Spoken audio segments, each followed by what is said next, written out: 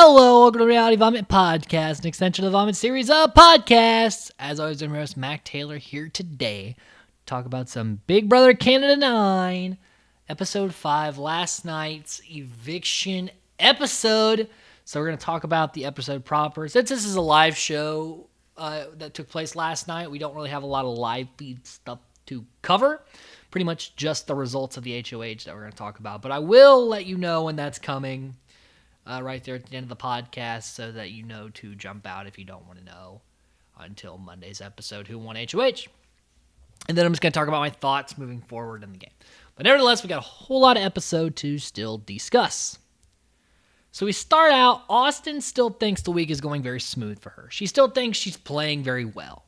Not knowing how bad she really dropped the ball this week in making moves in the game. So there's a lot of false confidence in Austin. Josh wants to target Austin in the following weeks, hoping that, along with going up as block bait, would keep him around for the ongoing weeks. And this is not a bad argument on his part.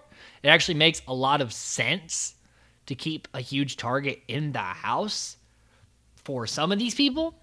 For some of these people, it also makes sense just to get rid of Josh, especially for like the Braden types who are working with Austin, Beth, who's working with Austin, that want to try to keep that relationship moving forward. Josh would be a detriment to that. LaToya feels good about the Sunsetters. Obviously, they've been running the game so far. So, she just feels good about her position in the game, and she should. She should feel really good about her position in the game because she has been playing her ass off.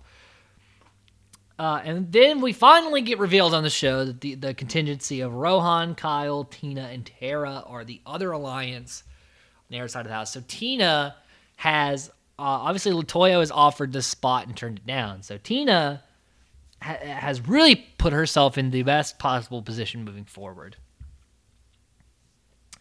LaToya also promised Rohan not to vote for him this week, which is not great. Because Rohan's worried about a flip from the Jed, Ty, LaToya contingency. But not knowing LaToya doesn't want to lie. She wants to play like the coach game of like honesty and integrity. And we all know that doesn't tend to work out very often. So, but nevertheless, she's trying here. So she's given Ro her word and she won't really want to flip. So Josh gives his pitch about block bait and targeting Austin to the others. Meanwhile, Victoria, we just see her. She loses her slipper in the ball pit, and like you see her searching for it and like celebrating when she finds it. Because that's like the interesting thing about Victoria so far, is that we're seeing all this strategy stuff for good and bad reasons all over the show. And then every time we see Victoria, it's just like a little shtick, like she's falling out of the shower, or she's playing foosball with herself, or she's in the ball pit finding her slipper. Like, we don't really get to see a lot of like game necessarily from Victoria. It's just a lot of fun moments, which are great moments in the show. Like, I'm having fun with it, but it's like, it kind of speaks volumes to where she's kind of at in the game, to where we're only really just seeing her having fun. So Jed is also like, because we know Beth has been flirting with both Jed and Ty, and like Jed gets a kiss from her in a hot tub in front of Ty, and like and Beth is like more interested in Ty, but she wants to play the boys, knowing that to kind of work her way into whatever alliances they've made for themselves. Which is a good strategy on one hand, but on the other hand, if the boys decide that, she's causing too much tension, Beth's the common denominator and needs to, or even if the boys don't decide this, if someone like a Tina or a LaToya decide this could be detrimental to Beth down the road. So this could be like I said, Beth's game could go two very different ways. It could blow up in her face and send her home, or this could take her all the way to the end. Like, this is not necessarily a bad thing she's doing. It's just a risky maneuver that she's doing. And they get TikToks from past players because for some reason this season is sponsored by TikTok. We get Mitch going over his classic moment of having his game blown up by a twist and throwing everything at the wall, trying to get control back of the game, which still hurts my soul because Big Brother Canada 4, it could have been Mitch's season.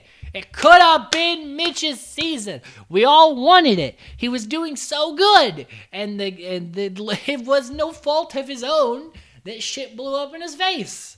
So all that did was just upset me to see that. Sarah Hanlon's talking to them, a lot of past players. And then Anthony talks about, having to cut your close alliance members, which, it obviously shows Jed and Ty here of like, keep in mind, you may have to cut some people down the line. In fact, you will have to cut some people down the line. That's how the game works. If the pretty boys are any indication of it, you don't want to be the Adam Pike. You want to be you want to be the Dane, but you also kind of want to be the Anthony getting in the end. And Adam, speaking of Adam Pike, he has a talking about looking for powers in the house, which I saw that and I'm like, is that supposed to be like a clue to be like there's something hidden in like the ball pit or in one of the rooms? Is there a power hidden in the house? Like it wasn't that clearly stated, but if I was playing the game, if I was in that house and I saw that TikTok, I would be like, okay, I gotta start looking. And if I would probably be in the ball pit anyway, so I'd be like looking around the ball pit bottom trying to find something. Because when it originally showed the clip of Victoria, I thought that's what she was doing, but no, she was just looking for her shoe. But like I would be, if I'm alone in a room, I'm gauging my surroundings, right?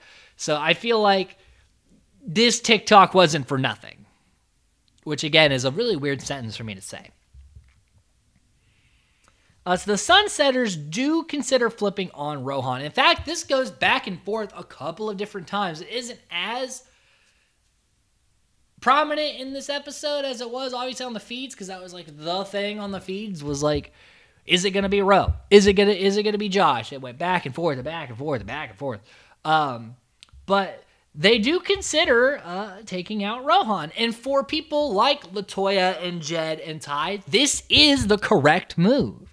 Because, Kyle and Rohan are the only opposition to the Sunsetters proper.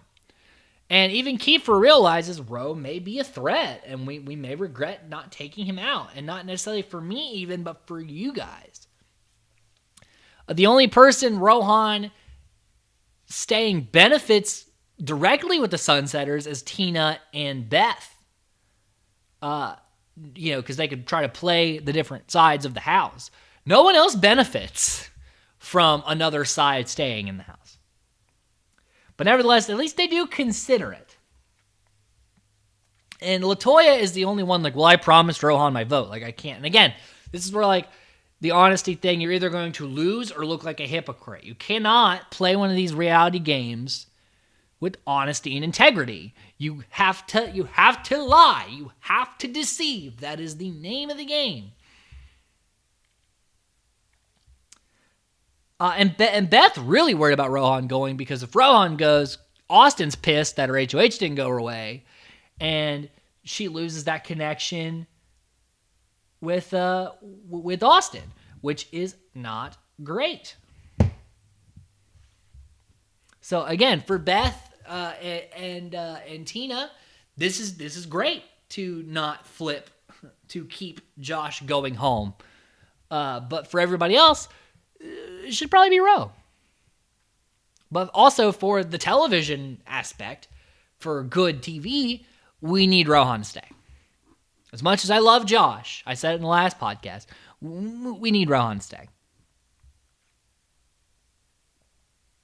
So LaToya goes to Tina about this plan, and Tina really shuts it down by saying, like, they didn't even come to us. Like, I'm clearly on the bottom of the 6. Like, we need to do what's best for our game. We need to do what's best for us.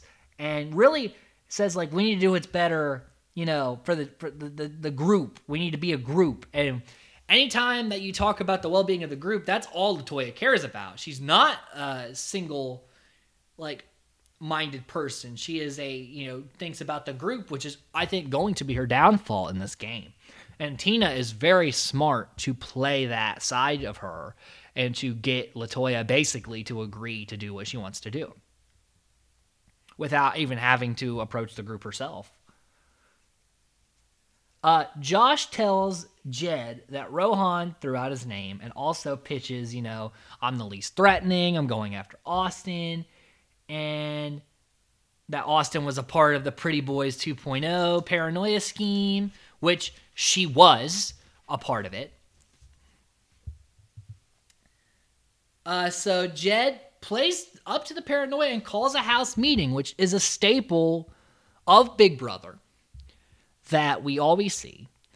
Even back to the first season, Jordan called the first house meeting in the American Big Brother history. But even the UK season 1 had a house meeting. House meetings always happen in Big Brother. And typically the person who calls them is not going to end up looking so great at the person who calls them does not end up looking so great. And really, this only hurts Jed, because he's like, who threw out my name? I just want everyone to tell me. And Tara actually was like, yeah, I threw out your name. And I'm like, what are you doing? No, Tara, what? You're already not in a great spot. You don't need to you never admit to throwing out someone's name. This house meeting, Jed's calling it to throw Josh under the bus, because he even talked to Austin before. So she comes into this having the upper hand. Everyone is just going to beat on Josh. That's the only reason. You don't need to make yourself look worse. So, like I said, Austin knew what this was going to be going into this. So, it's kind of bullshit that she's just tossing it at Josh, because, like, as she come into this plane, she'd have been caught off guard and probably wouldn't have been able to have the story, because they're like, he's like, you told me in that room. And Beth's like, I was in that room. She didn't say anything. And I'm like, oh, God, you people shut up. Like, I know you're playing the game well, but goddamn, like, it was just basically like, let's call a house meeting and tell Josh to go fuck himself. And that's kind of what happened here. But Josh, again, doesn't give up. He immediately goes to Tina and LaToya and Tara and pitches, you can always put me up. I'm coming after Austin. And LaToya actually likes the pitch. And again, people consider in the house almost flips again, because Josh threw everything he had at the wall, and I cannot fault him for that. He should have tried a little harder early on. He should have played earlier, and definitely not thrown out the pretty boy thing, but just tried to make relationships with other people earlier. He should have done that more. But as far as going out swinging, he did every single thing he could even think of to try to stay this week. He tried to do, and I can't fault him for that.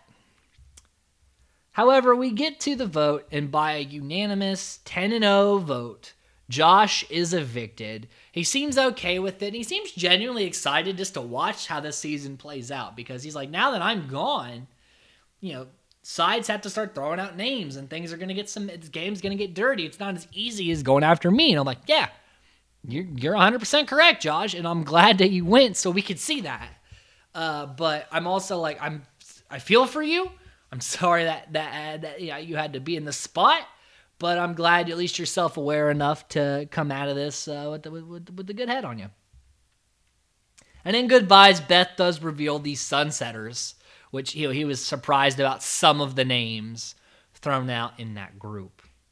And then we learned that the teams are dissolved, which I was thrilled about, because I was not looking forward to another week of the defenders only having so many people to go up. Now everyone is up for eviction. It's not the HOH. Everyone, has a chance to hit the block. That makes the sides more cemented, because now they like the Sunsetters wanted to target Kyle first. They can target Kyle now. They can target, a Tara or a Victoria. So, their avenues open, which are great. Jed and Ty can go up together. That's great for the Kyle and Rowe contingency. So I'm so glad that the teams was done. It was a decent thought, but it just ended up kind of not being so great. And I'm glad that we're done with it after 2 evictions. Like, good call by production. This was the move. And we get this like dream lottery HOH where basically like you have to see a picture and based on your memory of the picture, answer true or false. First person to ring in with the correct answer, advances. The person who either gets it wrong or doesn't ring in time is out. And then we picks the next 2 people and then we go down to 1. And we saw the first few interactions. We saw Kiefer beating Ty, Tara beating Bray, Jed beating Beth, Vic beating Tara.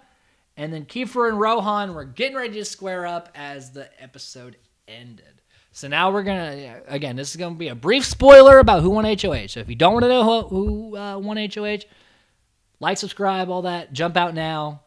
Go ahead. Catch me on Tuesday talking about the Monday episode. If you're cool with the spoiler, we'll continue on with it. And Victoria has won this HOH, and I was shocked to see that, but also very excited because Victoria is not on any of the sides that have been presented, whether it's Austin's side or the Sunsetters or the Kyle Rowe contingency or any of these side deals. Like, Vic doesn't have hardly anything. So I'm like very excited to see who she targets. Will she target like someone like Jed or Tashawn? Will she target a Kyle and Rowe? Will she try to take a shot at like a Beth or an Austin? Or like who is Vic's target? Because I don't genuinely know who she wants out. And I'm very excited to see what her game looks like moving forward. Will the Sunsetters have to bite the bullet and lose a number this week? Will the Kyle and Rowe contingency bite a bullet? Or will someone like a Tara or someone who's not as connected in the house, someone who doesn't want to have a lot of a Braden or an Austin take a hit this week? I'm very curious to find out. And, again, the teams are going. Things are looking up. I'm very excited. This season's been a lot of fun so far, and I cannot wait to continue Monday and also with the feeds throughout the weekend. Also, guys, don't forget to like, subscribe, hit the bell notification for all the podcasts coming up. Appreciate all the love and support. Stay safe. Most importantly, stay nerdy. Until next time.